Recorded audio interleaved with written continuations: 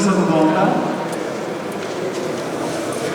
organizada pela EEP, de Engenheiros, Eletrotécnicos de Portugal. Portanto, a área que vamos tratar aqui, que é uma área de muita importância, é relativa ao projeto. Portanto, a EEP é uma associação de engenheiros eletrotécnicos de Portugal, tem como objetivo principal promover a cooperação e a solidariedade entre os engenheiros eletrotécnicos no campo profissional, social e outros, e cultural. A discussão dos temas que estejam na ordem do dia é outro dos objetivos desta sessão. Portanto, eu iria passar já de imediato a apresentação ao professor Marcelo Barbosa, que é o coordenador, e como oradores temos o professor Eduardo Neves Santos, que até há pouco tempo esteve na Faculdade de Engenharia como professor, e depois dois representantes da empresa de gabinetes de projeto. O engenheiro Fernando Silva Guzmão, da ROM e da Lifeland, e a engenheira Célia Tenente, da Quadrante. Obrigado e passar a palavra ao Germán Maciel. Ora, então, muito bom dia. Ora, antes de mais, queria agradecer a assistência. É pouca, mas é de qualidade. Mais vale poucos iguais muitos e fracos. Portanto, eu queria agradecer as palavras que o engenheiro Vilas Boas dirigiu. Enfim, queria agradecer à EEP e em especial ao engenheiro Vilas Boas pela iniciativa de organizar esta mesa redonda sobre um tema tão atual e tão importante. De facto, nós sabemos que tem havido alguns problemas a nível legislativo e que houve uma tentativa de permitir que apenas os projetos com potências relativamente elevadas, a partir de 41,4 kVA, fossem os únicos que estivessem sujeitos à obrigatoriedade de terem projeto. De facto, nós consideramos que isso é inaceitável, porque de facto, hoje em dia, quando se faz uma construção, há cerca de 12 ou 13 projetos que são necessários e o de eletrotecnia não é exigido, ou não teria que ser exigido se essa legislação fosse para a frente com a maioria da construção edificável em Portugal. No sentido de se tentar contrabalançar essa tentativa que houve, foi feita no ano passado, em agosto, foi feita uma petição à Assembleia da República, que reuniu cerca de 1.500 assinaturas. Houve depois um relator relativamente a essa petição e, de facto, aquilo que se conseguiu foi travar o processo. Portanto, aquela tentativa e aquela legislação que estava mais ou menos preparada no sentido de ser publicada, no sentido de só haver obrigatoriedade da realização de projetos para instalações de 41,4 kVA, que para já está parada. De facto, aquela legislação que estava preparada assentava no princípio de que a potência da instalação é a única responsável pela perigosidade da instalação e todos nós sabemos que isso não é verdade. Não é a potência que é a única responsável pela perigosidade de uma determinada instalação. Portanto, nós entendemos que deve haver um técnico responsável, concretamente um engenheiro credenciado pela Ordem dos Engenheiros, no sentido de assinar e se responsabilizar pela realização destes projetos. Portanto, deixar, conforme aquilo que estava previsto, que esse projeto fosse apenas da responsabilidade de um técnico sem ter que satisfazer quaisquer qualidades ou ter sido sujeito a qualquer critério de avaliação, entendemos que isso é muito ruim. Portanto, neste momento, o objetivo desta mesa redonda é essencialmente sensibilizar a população em geral. Eu penso que os colegas de eletrotecnia estão suficientemente sensibilizados e, portanto, não havia necessidade de os sensibilizar. Mas a população em geral tem que ser sensibilizada para a importância da realização do projeto. Conforme o colega de Vilas Boas aqui já referiu, portanto eu tenho agora aqui nesta mesa redonda 3 colegas meus, portanto já aquilo que eu estava a referir, e portanto agora iria dar a palavra ao professor Neves dos Santos. Uma vez que o tempo que é restrito, eu pedia que cada um dos intervenientes passasse os 10 minutos, para que no fim, enfim, houvesse possibilidade, enfim, de uma troca de impressões e podermos responder a algumas perguntas que nos queiram colocar. Portanto, muito obrigado e dava a palavra ao professor Neves dos Santos.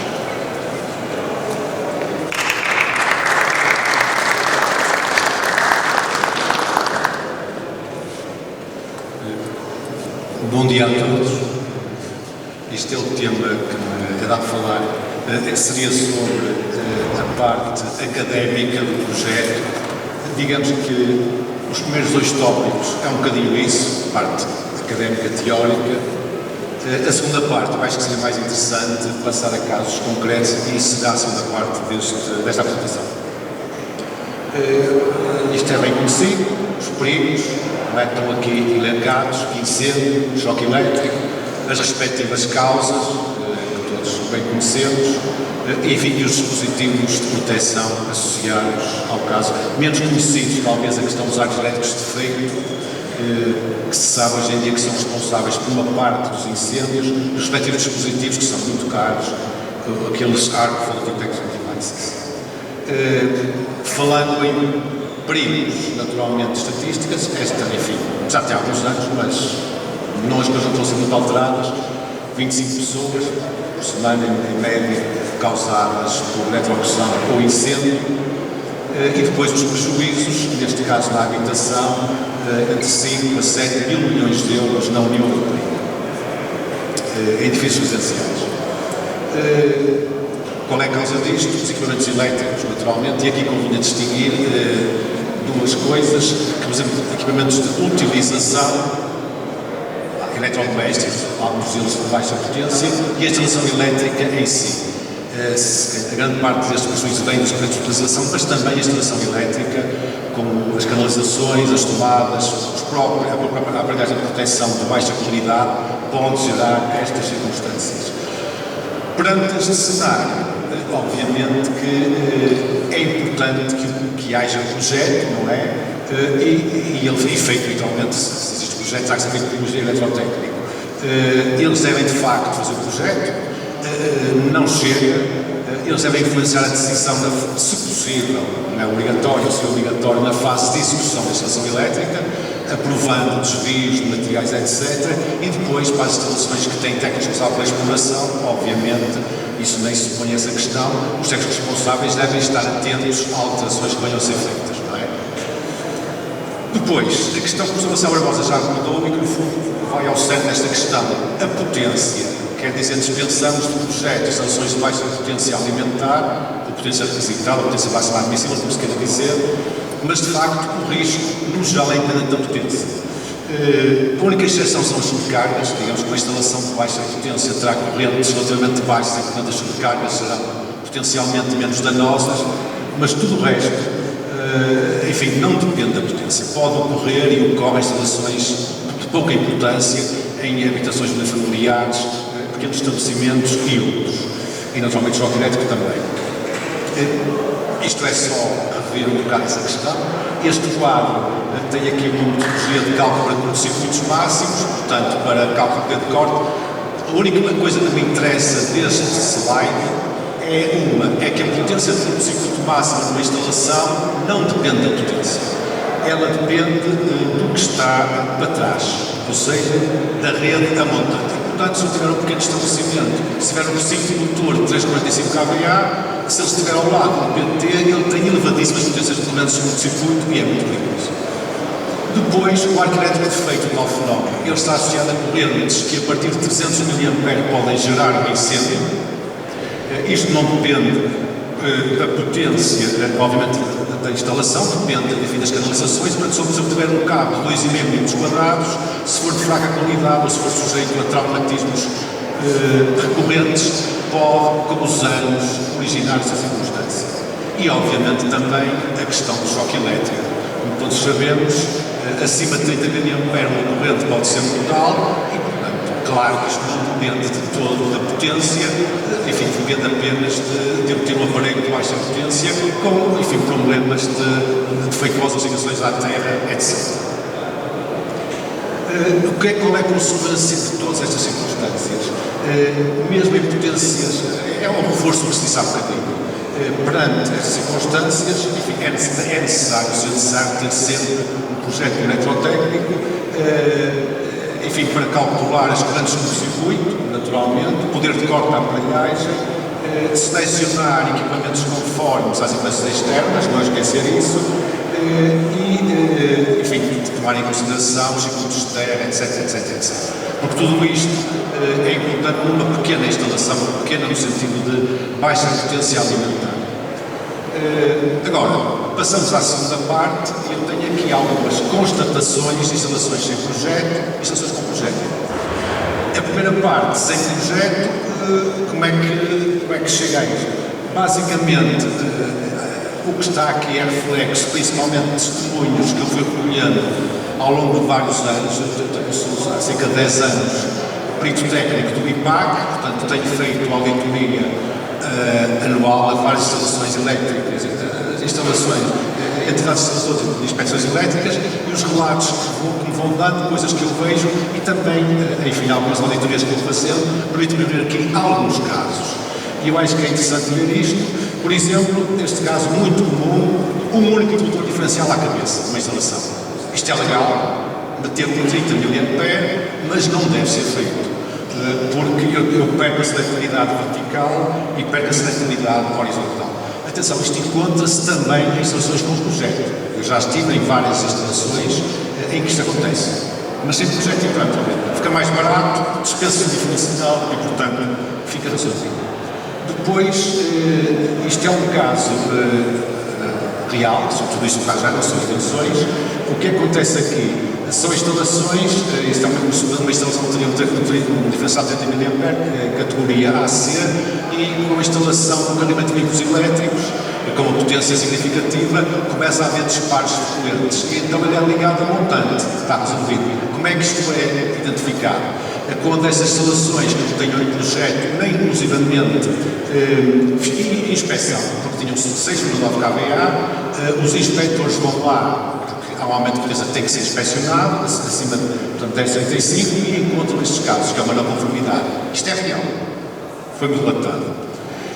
Depois, habitações com sensibilidades adequadas. Outro caso que é apanhado, normalmente é aumentos de potência. É evidente que se fosse uma inspeção inicial, isto não passava. Quer dizer, ter um diferencial de 300 mA, mas a instalação entrou em funcionamento, portanto, sem inspeção, sem projeto, e, portanto, o que acontece? Tem muitos circuitos ligados e, por correntes de fugas, por exemplo, pode haver um disparo. Disparos correntes. E a solução que se arranja é mudar o diferencial para 300 mA. Como sabemos, se a resistência de terra for elevada, pode não estar cumprida a condição de segurança. E então, por isto, são consequências que são encontradas, depois nos aumentos de potência, os inspectores, as entidades inspectoras, enfim, encontram isto e obrigam, naturalmente, a corrigir esta não conformidade. Mais ainda, habitações, isto também muitas vezes acontece, em que os IPs e o ICAPs não são adequados às empresas externas, nomeadamente no exterior, não são estanques, etc. Estabelecimentos comerciais em que o quadro elétrico está à distância, está escondido, como sabemos é necessário um botão de corte geral à entrada e ele não existe. Ok? Pronto, isto aqui é detectado logo na inspeção. Mas são instalações sem projeto. Depois, isto é uma coisa diferente, não é uma constatação minha, é uma constatação de legislação. Enfim, há um caso em que se dispensa o projeto. Este tipo de instalações estão aqui. Instalações de defesa, de segurança, etc. Pode-se dispensar, desde que a DGE autorize e diz que, enfim, um cálculo simplificado das proteções de pessoas das instalações. Na minha opinião, está aqui omissa uma questão e, portanto, poderá passar despercebida. É que há uma condição que é importante e eu voltarei a ela daqui a um bocadinho, que é a questão da queda de tensão. Eu acho que isto devia ser explícito, taxativo, a dizer também condição de queda de tensão. Okay? Alimentadores com queda de tensão elevada poderão eventualmente levar a cargas com mau funcionamento. Depois, finalmente, constatações associadas com projetos. Isto, neste caso, já é uma mega para o engenheiro eletrotécnico, não é? Não é necessariamente para mim, é para o engenheiro eletrotécnico. O que é que eu tenho aqui? Projeto feito a posteriori para adequar a estação. É-me dito que isto acontece muitas vezes em estações pequenas. Ou seja, a estação está feita e é feito o projeto. Portanto, para isso acontecer, está aqui um caso, não leu, está, isto é verdadeiro e é recente e foi em Portugal. Okay? Portanto, uma série de habitações em que houve necessidade no prédio de reduzir a potência, todas iguais, reduziu-se a potência de parte delas, porque já não era possível desenfiar a coluna, e isto aconteceu. Isto foi transmitido no caso real. É incrível, mas é verdade. A instalação depois fica legal, não há nada, é uma opção de projeto, mas está mal concebido, não é? Depois, utilização ainda de frequente diferenciais AC em vez de titular, com cargas com grande potência, carregadores, etc., depois causam problemas. Utilização ainda frequente de disjuntores bipolares. Eu já começo a ver nas pessoas que vou visitando os DPNs bipolares, como sabemos, os disjuntores bipolares facilitam a exploração da instalação e são muitíssimo importantes quando há defeitos neutro-terra. Numa instalação com disjuntores bipolares, um defeito neutro-terra é o cabo dos trabalhos para o descobrir. Eu já tive esse caso há uns anos, numa instalação de técnico responsável, tivemos esse caso e perdeu-se um dia inteiro a tentar detectar qual era o seu que tinha problemas. Portanto, os bipolares facilitam a exploração das pessoas e, no caso, esses defeitos são fundamentais para identificar o problema. Outra questão, e esta também acontece muitas vezes, mesmo muitas vezes, é a omissão da justificação para o poder de corte. Esta questão aparece lá no poder de corte 3, 4 e meio, 6, como caído do céu. Isto é recorrente às várias entidades inspectoras que eu tenho acompanhado várias, posso-vos dizer quase todas, o IEP, o ISQ, o LIC e outras, como aliás o meu colega que está ali, o professor José Rui Ferreira, e portanto isto é recorrente.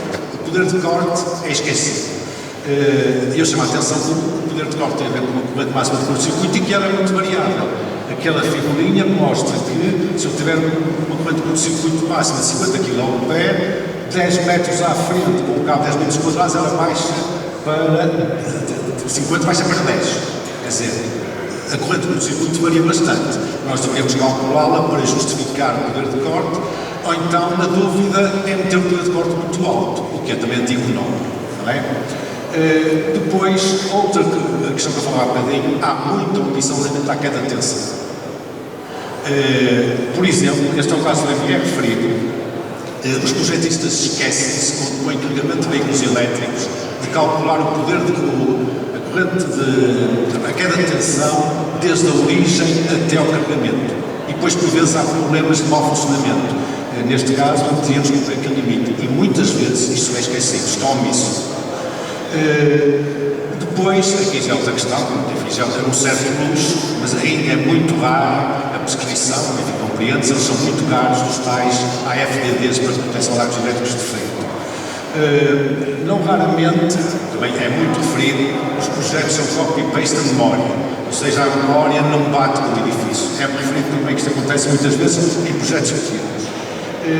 E depois, finalmente, na dúvida, o projetista, enfim, para se segurar, um bocadinho subdimensiona. Muitas vezes, no caso do poder de corte, das cassações, etc., torna o projeto um bocadinho antigo. Esta slide está aqui em mais. Não está. Vem lá. Não, essa seria tudo. Gastei os 10 minutos só para a questão final, uma pequena provocação final que eu ponho aqui, que é a questão, enfim, que todos nós devíamos ter a obrigação de fazer, não é? Não nos esqueçamos disso, eletrotécnicos, eu tenho apresentado isto várias vezes, de, pelo menos uma vez por ano, ensaiarmos os nossos diferenciais. Não é? Eu, em minha casa, faço isto 3 vezes por ano, os diferenciais, faço mesmo. E devíamos ter, de facto, cuidado com isto e não nos esquecermos disto. Muito obrigado.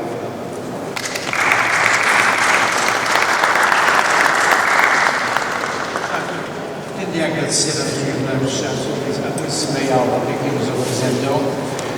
Portanto, como podemos ver, de facto, o tema é extremamente importante e a necessidade de realização do projeto, acho que para todos. Portanto, penso que nós aprendemos qualquer coisa bastante, mas espero que tenhamos ficado a aprender, que temos que aprender, não é? Portanto, agora irei dar a palavra ao engenheiro Fernando Silva, que é o responsável da HME e vai ter, já temos a falar sobre os projetos de instalação, as muitas dificuldades do dia a dia.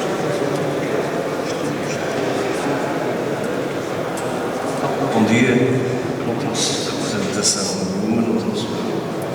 Nós tínhamos conversado anteriormente que isto ia ser mais uma mesa redonda, interativa e de forma de falarmos todos sobre esta questão das dificuldades que os projetistas encontram, projetistas e instaladores.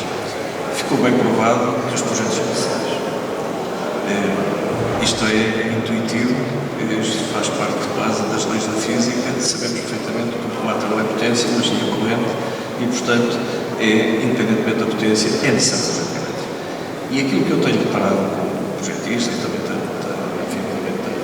sou responsável por muitas instalações elétricas, é que de facto encontramos uma grande dificuldade em motivar os clientes que é necessário um projeto. E esta questão do projeto já não é só uma questão de potência, porque a partir do momento em que acabaram os licenciamentos do projeto, nós somos confrontados com obras já com projeto, executados muitas vezes por empreiteiros e alguns deles menos responsáveis, em que deparamos com problemas graves nas instalações elétricas, ao nível da proteção, ao nível da proteção interna, descargas atmosféricas, enfim, eletrostáticas, etc. Portanto, eu acho que é muito importante a existência do projeto, mas também é muito importante, e eu defendo os licenciamentos dos projetos. Há muitos colegas que não estão de acordo comigo, mas eu defendo o licenciamento do projeto, além do licenciamento da obra. O licenciamento da instalação, essa está em vigor, mas o licenciamento do projeto é importante. Eu sou confrontado há dias, que isto é uma conversa que também convém focar aqui as experiências. Há dias pediram a licença técnica responsável por fazer licença de estudantes e eu, obviamente, pedi um projeto para analisar. E quando parei, não tinha sensibilidade, nos quartos, não tinha tomadas de banhos protegidos, tinha o transformador o quadro de segurança misturado com o quadro normal, tinha o grupo de emergência no mesmo local do grupo de segurança, etc. Depois da obra executada, como é que vamos resolver este problema? A obra está executada, quem é que vai pagar este prejuízo? Como é que se vai resolver? Portanto, isto nunca acontecia se existisse um licenciamento do projeto. Obviamente nós podemos dizer também, mas o engenheiro é responsável, o gabinete é responsável, tem de saber o que faz, etc. É verdade isso, mas nós deparamos sempre com estas questões. E por isso é que eu defendo que deve existir um licenciamento do projeto por entidades públicas de preferência, também privadas credenciadas, obviamente, mas porque não a DGE fazer sempre continuar nesta questão dos licenciamentos dos projetos e depois, consequentemente, o licenciamento das obras. E também, porque não, as ordens, eventualmente, fazerem algumas inspeções aleatórias em instalações e em projetos para poder confrontar os técnicos e eventualmente penalizar, porque não? Às vezes, quando somos penalizados, aprendemos mais. De facto, todos os dias, nesta semana, vou fazer uma auditoria a um grupo de hotéis e, enfim, são tantos problemas que encontramos, mesmo ao nível da iluminação. Estava a verificar que estava o empreiteiro a desenvolver cerca de 15 km de linhas de LEDs e eu fui ver o tipo de LED, o tipo de drago, etc. E aquilo era deitar um lixo tudo.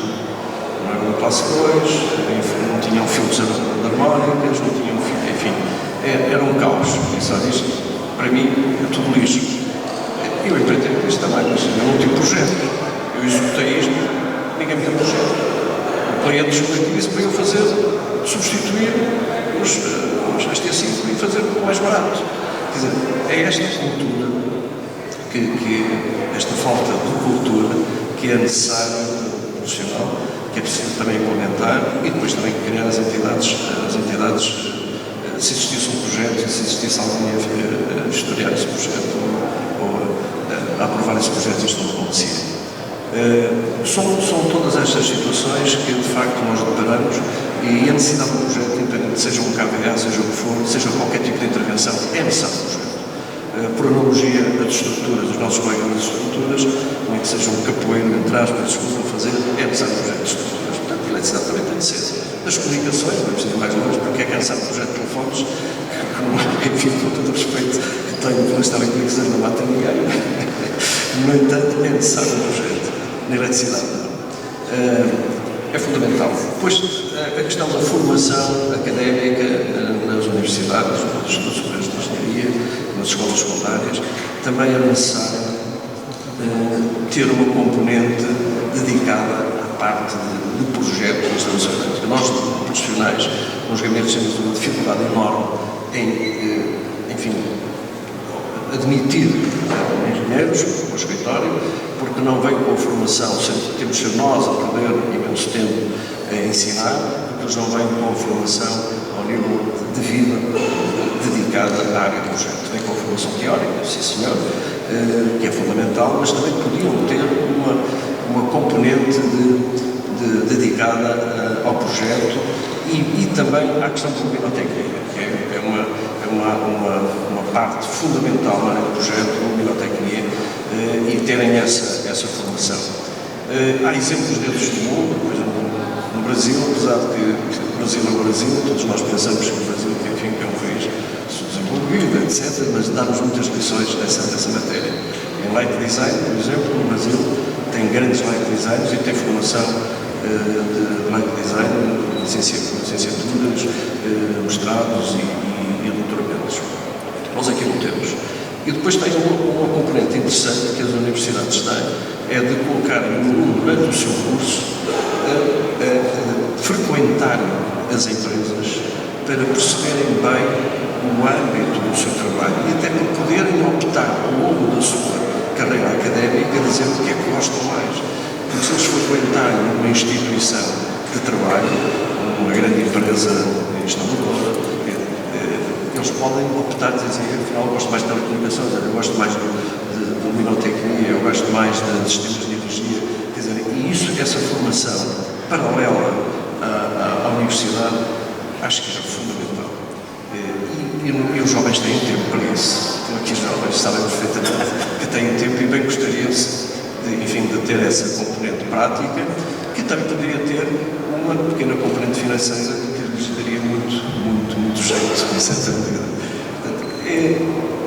A necessidade, de facto, de formação na área das relações elétricas é fundamental, porque para depois podermos desenvolver isso na prática, e nós temos mais possibilidades de ter profissionais. Temos, neste momento, uma grande dificuldade em ter profissionais. E temos essa dificuldade de transdução. Temos de recorrer para grandes trabalhos, temos de recorrer, enfim, a outros países, quando a dimensão do projeto atinge um determinado volume, nós não temos capacidade interna para resolver.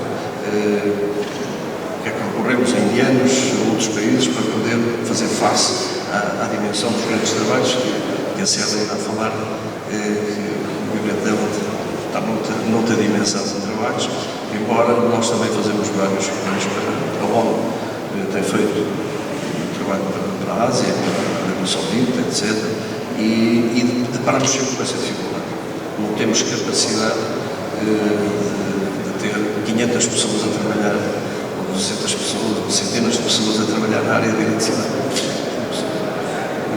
Não há matéria, não há pessoas disponíveis. E cada vez isto se torna mais difícil. Enfim, as comunicações são sempre mais atrativas, a informática é mais atrativa e, portanto, temos esta dificuldade que deparamos sempre com esta parte, componente de ter pessoas disponíveis e também com esta falta de formação académica na área do projeto, que é muito importante. Podíamos estar aqui a falar, eu acho que a seguir podemos conversar um bocadinho mais,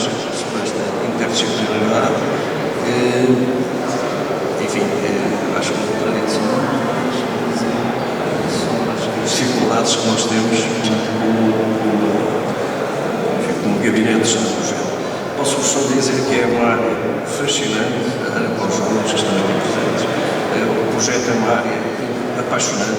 Nós somos sempre confrontados com situações novas, não são repetitivas, e se existir esta preocupação intrínseca de quem está a projetar, pensar sempre, eu costumo dizer aos meus colaboradores, temos de pensar sempre à sétima geração, ou seja, nós temos de pensar que tudo que fazemos tem de ser muito bem feito, para que, se pensarmos sempre nesta filosofia da sétima geração, fazemos sempre tudo bem feito.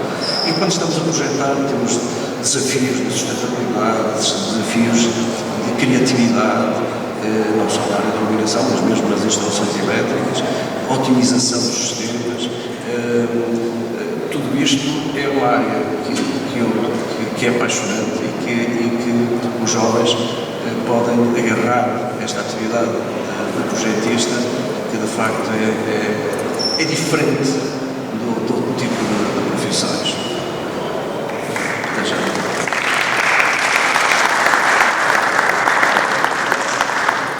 Eu queria aqui agradecer à engenheira Fernando Silva, enfim, o testemunho que fez, da experiência que é de quem trabalha no terreno, nos projetos, as dificuldades que se sentem e, enfim, lembrar à gente mais nova que, de facto, está aqui uma área aliciante, ao contrário, concorrente com outras áreas que hoje em dia estão muito na moda, mas, pelos vistos, felizmente, nesta área não falta que fazer e o projeto, de facto, quem trabalha em projeto sabe que é aliciante e, de facto, por outro lado, na generalidade dos casos, consegue-se ver o resultado, ao contrário de outro tipo de atividades que são muito repetitivas e que não se vê o produto final. Aqui, neste caso, vê-se perfeitamente o produto final e estar em contacto com a obra e ver o projeto a ser realizado e evoluir, de facto, é isso.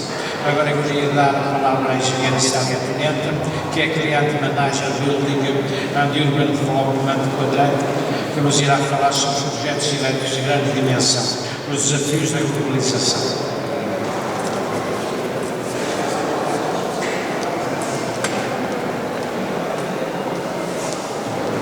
Bom dia a todos e obrigada por este convite.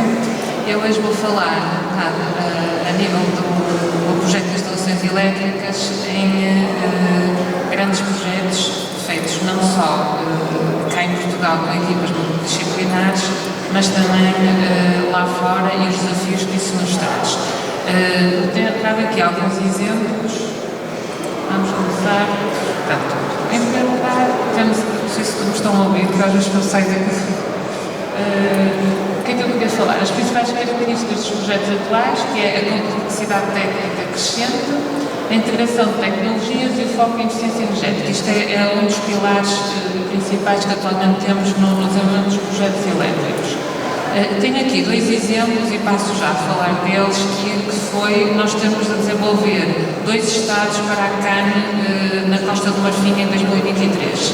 E aqui o desafio foi, sem dúvida, porque tínhamos uma regulamentação que é a FIFA, a regulamentação CAN, que tínhamos que cumprir, e depois ainda tínhamos a regulamentação do próprio país, que o estádio está feito lá, está ligado às instalações de lá, e que também tínhamos que cumprir. Aliado a isto, um prazo muito curto de execução, e, portanto, também tínhamos que conseguir ter equipamentos de várias partes do mundo, conseguir integrá-las e também pôr, atualmente, a eletricidade, ao fim tem que tudo, muitas vezes, comunicar, para nós percebermos como é que está a instalação e o que é que podemos fazer remotamente, ou então uma equipa de manutenção deslocar-se lá. Estes são os grandes desafios que atualmente nós temos. Passo ao seguinte, que é os desafios da globalização, com mais 2 exemplos.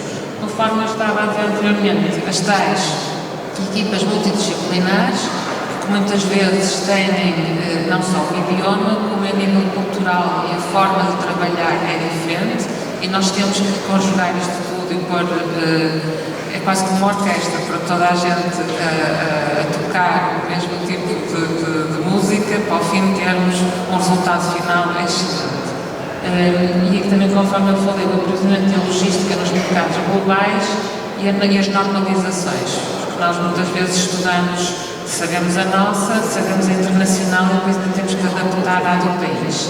Os 2 exemplos que eu apresento aqui sobre esta matéria, temos uma estação de comboios em Gales, que aquilo que eu tinha que fazer era só a parte, era uma tarefa relativamente simples, e era a revitalização de toda a parte da iluminação e comando. À partida parece uma coisa simples, nós escolhemos os luminários, fazemos os estudos luminotécnicos, fazemos os circuitos e ligamos. Só que isto é no país de Gales, temos British Standards, temos regulamentação imensa para tudo e para mais alguma coisa, e depois a forma da apresentação do projeto também é diferente da nossa. A informação que vai nos desenhos é muito mais informação do que aquilo que nós costumamos colocar. Portanto, há toda uma adaptação à normalização internacional. O outro exemplo que eu pus ali acaba também por ser interessante, porque apesar de ser num país da América do Sul, foi no Chile, no deserto de Atacama, fizemos um edifício técnico para apoio aos telescópios. E aqui o que é que nós tínhamos? Tinha fundos europeus e, portanto, tinha uma regulamentação muito específica, porque é um edifício técnico com muita especificidade. Mas, ao mesmo tempo, nós tínhamos que colocar este edifício no deserto de Atacama, portanto, com a regulamentação local e também com algumas características a nível de altitude. Eram tudo desafios para os engenheiros colocarem isto em funcionamento e a cumprir todos os requisitos e a cumprir o prazo do fim. E outra coisa muito importante, cada vez atualmente somos mais pressionados, é cumprir o budget. Temos que cumprir, porque senão no final do projeto temos que ir revê-lo porque ficou caro demais e não se pode construir. E agora então, vamos falar um bocadinho também do futuro das instalações elétricas, que é a inovação que nós temos que trazer e que é muito importante, porque nas faculdades nós aprendemos quase o que é o cálculo elétrico, mas depois existe muito mais para além do cálculo elétrico em termos de inovação. Atualmente nós temos os desenhos já começam a ser desenvolvidos em 3D, temos a tecnologia BIM, portanto o AutoCAD habitual, que era o 2D, começa a desaparecer e cada vez mais o que vai estar nos gabinetes vai ser o 3D, o BIM. Temos também Digital Twins, que dá uma outra, até para a operação do edifício no futuro, nós conseguirmos que a tal comunicação de todos os sistemas, de todos os equipamentos se faça, e a IA a tentar também já ter alguma ação sobre processos de manutenção, processos de otimização de operação do edifício. Depois temos a integração das energias renováveis, isto já está no nosso dia-a-dia, quase todos os projetos já nos pedem, vamos colocar painéis fotovoltaicos, portanto isso já é base. Depois há também a parte das baterias, portanto, há uma série de coisas que o cliente, quando chega à nossa beira, já pede, tanto o cliente privado como o institucional, que isso esteja integrado no projeto, e claro que isso vai recair no projeto elétrico e no engenheiro eletrotécnico que eu tenho que o fazer. Normalmente é assim. Por último, temos sistemas resilientes às condições climatéricas e à cibersegurança. E realmente aqui, isto também está na nossa ordem do dia, termos, aliás, com aquilo que temos vindo atualmente a verificar, cheias e outro tipo de coisas, que há edifícios que são críticos, que têm que se manter em funcionamento mesmo que haja uma grande catástrofe, porque senão, então, como é que vamos fazer o apoio às populações? Eu aqui, estas imagens que estão a ver, uma delas é um dos estádios, porque eles foram totalmente feitos em 3D, com todas as especialidades. Ao lado podem ver um edifício em que temos o edifício, em termos de estruturas, está um cinza clarinho, mas dentro podem ver todas as especialidades desenhadas, e o programa que nós conseguimos, tanto a nível informático, conseguir já verificar as flashes, isto é, se há algum tipo de incompatibilidade entre as instalações. Olha, tens que chegar dentro de cabos para cima, porque às vezes em 2D nós olhamos e até cabe tudo em planta, mas em 3D, quando se está a pensar na instalação, temos ali alguns problemas que são facilmente detectados. Corrigidos é que é um bocadinho mais difícil, mas pronto, os engenheiros todos juntos, nós vamos lá conseguir chegar e resolver o problema. Por último, Aqui há uns 3 pilares fundamentais na nossa área, que é o adaptar, inovar e colaborar, não só no cenário nacional como internacional, em equipas multidisciplinares, e trago mais 2 exemplos em que se pode verificar isto. Tivemos envolvidos, eu estive envolvido neste projeto e foi um desafio muito engraçado, no aeroporto de Montijo, que agora está muito o projeto inicial, e depois aqui é um complexo de escritórios, a outra imagem é um complexo de escritórios que tinha 12 edifícios integrados e a funcionar em conjunto. Estes 2 edifícios acabam por ser muito interessantes porque, apesar de serem feitos em território nacional, tinham equipas internacionais. Logo à partida, os arquitetos são internacionais, portanto são estrangeiros. Neste caso, os edifícios, tínhamos um arquiteto dinamarquês, do outro lado era um arquiteto malaio, mas depois tínhamos, por exemplo, vou falar no aeroporto agora, tínhamos da parte de airside, uma equipa inglesa a dar-nos apoio, landside era a equipa portuguesa, e depois tinha uma parafernália de consultores que nunca mais acabavam, que todos contribuíam para o projeto e que tínhamos que coordenar e conjugar estas diferentes formas de trabalhar e até a linguagem em conjunto para, no fim, é o que eu digo, obtermos um resultado final coerente. O outro, que é os tais edifícios de escritórios, acabou por ainda ser mais multidisciplinar, porque depois nós tínhamos os arquitetos dinamarqueses, mas tínhamos, por exemplo, a ARUP em Espanha a fazer a parte de sustentabilidade e a dar-nos inputs como consultor. Tínhamos depois também outros consultores em Inglaterra a nível de fachadas, e tínhamos em Portugal muito mais consultores, tudo a dar inputs para o projeto em que se tinha que coordenar e tínhamos que chegar a um resultado final viável e ao mesmo tempo depois fazer, e fizemos, entregamos os projetos todos, licenciá-los e depois falar com as entidades e a ligação com o resto da rede, porque nós não estamos isolados. Ao fim, o edifício depois está totalmente coordenado, ainda tem que se ligar e está coordenado com as redes externas.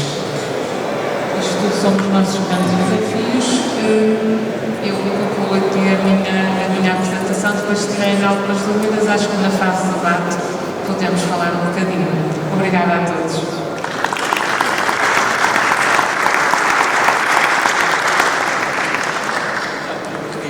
Agradecer a engenheira secretamente a exposição que aqui nos fez e mostrou de uma forma bastante sentida de quem mexe com as mãos no terreno a internacionalização da área do projeto e a capacidade que nós portugueses temos de aqui realizar projetos desta envergadura por mundo fora. Portanto, eu não sei se estamos muito limitados no tempo, mas enfim era capaz de perguntar aqui à assistência se querem fazer algumas perguntas, talvez houvesse tempo, se quiserem levantar alguma questão.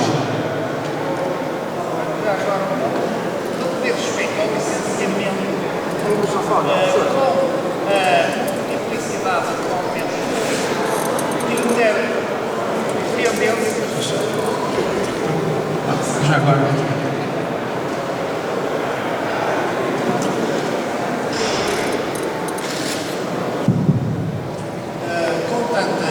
Interdependências, tanta gente a mexer, a parte do licenciamento, as entidades licenciadoras estão preparadas para absorver uma diversidade de coisas tão grande em que muitas das entidades licenciadoras são um bocado limitadas.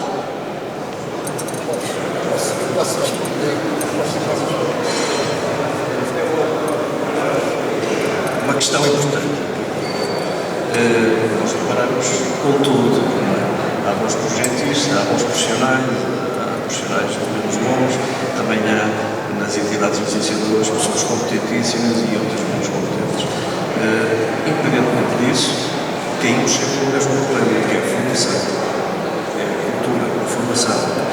E, obviamente, com esta diversidade toda, nós, por exemplo, que a área de eletrotecnia, quando há filhos de amigos meus que estão indecisos de que engenharia que vão estudar, não sei se vão para a civil, se vão para a mecânica, se para a eletricidade, se vão para a eletricidade. a eletricidade é de facto, a eletrotecnia é de facto, tem um leque tão aberto, tem tantos vetores de intervenção, a questão da sustentabilidade, a questão da gestão, enfim, tudo isto faz com que seja realmente muito mais aberto. Mas isso necessita de formação. Precisamos ter formação. É evidente que ao nível da sustentabilidade, ao nível de fotovoltaicos, não sei se as fotovoltaicos têm alguma cadeira dedicada à questão das energias renováveis, não é só os fotovoltaicos, é o hidrogênio, enfim, é todo um conjunto nós estamos a desenvolver alguns trabalhos de 100% sustentáveis, entre aspas, em que já estamos a recorrer à produção de hidrogênio e depois com grupos de hidrogênio, ter autonomia suficiente para não depender da rede elétrica. Mas é uma questão que se coloca, mas isso é uma formação que transforma todos.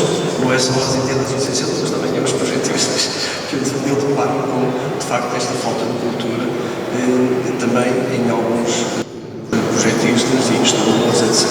Portanto, a formação tem de ser contínua. Aí as ordens acho que deviam colocar, enfim, alguma imposição. Porque é que se tem formação nas telecomunicações e não se tem formação na eletricidade? A eletricidade não é obrigatória. Nós assinamos e escrevemos na DGE e toda a vida até morrermos podemos assinar sem qualquer tipo de formação obrigatória. Eu acho que há que pensar nesta questão, porque ter formação obrigatória acho que era importante para não depararmos com dificuldades que deparamos todos os dias. E há dias estava num edifício e estava feito por alguém que tecnicamente é responsável, não sei como é que isto aconteceu. Quer dizer, tinha um para-raios único no edifício e que tinha uma descida no meio do pilar de um tubo de PVC. No meio do pilar, de um tubo de PVC. Portanto, isto aí não é verdade. E até conheces, mas agora não vou falar em nomes. Portanto, estas coisas não podem acontecer. Porque não formar mais as pessoas na execução das gaiolas de fábrica, que são as mais eficientes, com trabalho projetado. Eu noto isto no meu escritório. Preciso fazer a gaiola de fábrica. Para fazer a gaiola de fábrica demora uma semana. E fazer um para-raios demora 2 minutos. Portanto, todas estas questões são fundamentais. A questão da sustentabilidade, da criatividade, estamos sempre atentos à procura de inovação. Isto é que eu dizia aqui a estes jovens, isto é que é fascinante na nossa área. Estamos sempre com estes desafios, sempre na mão. Por exemplo, quando fizemos a Igreja de Fátima consegue ter, durante o dia, não gastar €1 de energia em iluminação. Porque tem um controle de iluminação natural, tem uma simbiose entre a luz natural e a luz artificial, em que nós podemos perfeitamente, durante o dia, com controles, com cenários e tudo, controlar e medirizar a luz natural como se fosse luz artificial. E são desafios que, como dizia o poeta, o homem sonha e a obra nasce. E nós temos de sonhar, temos constantemente a sonhar. Quando estamos a fazer, seja o que for, temos de estar sempre a pensar em fazer o melhor, tentar inovar e sonhar muitas vezes com aquilo que nos parece impossível, independentemente do trabalho que nos vai dar. E isso é que faz com que nós possamos fazer algo diferente e sempre, como eu dizia há pouco, a pensar na 7ª geração. Fazermos tudo bem feito, para não deixarmos, enfim, ruído, poluição para os nossos netos, etc. Temos que encerrar, atendendo a hora, portanto queria agradecer a todos a vossa presença aqui. Eu espero que tenham ficado sensibilizados com a importância do projeto e queria agradecer mais uma vez à EIP, da pessoa de Engenharia de Vilas Boas, por o facto de ter organizado esta mesa. Muito obrigado a todos e continuação de um bom dia. Antes de mais, queria só pedir, antes de terminar, eu só pedir a vossa ajuda com o seguinte: eu trazia 2 sacas destas. Agora só encontrou uma, não houve alguém que, tendo as 2 sacas, achasse que era uma segunda saca, tivesse pegado, pronto, está avançado, não foi ninguém, não teve resolvido o problema. Ora bem, isto para nós é lançar o primeiro debate. Eu diria que a partir daqui nós temos espaço para lançar o desafio que aqui começou, mas que abrange muitas outras áreas e que hoje, digamos, com a tecnologia que temos, permite continuar esta discussão, nomeadamente através da tecnologia de videoconferência. Portanto, este é o recorde que eu lanço a estes nossos convidados para esta discussão não parar aqui. E, por outro lado, agradecer-lhes a simpatia que tiveram para estar aqui presentes e falar sobre este assunto. Muito obrigado a todos. Podemos dar encerrada a sessão.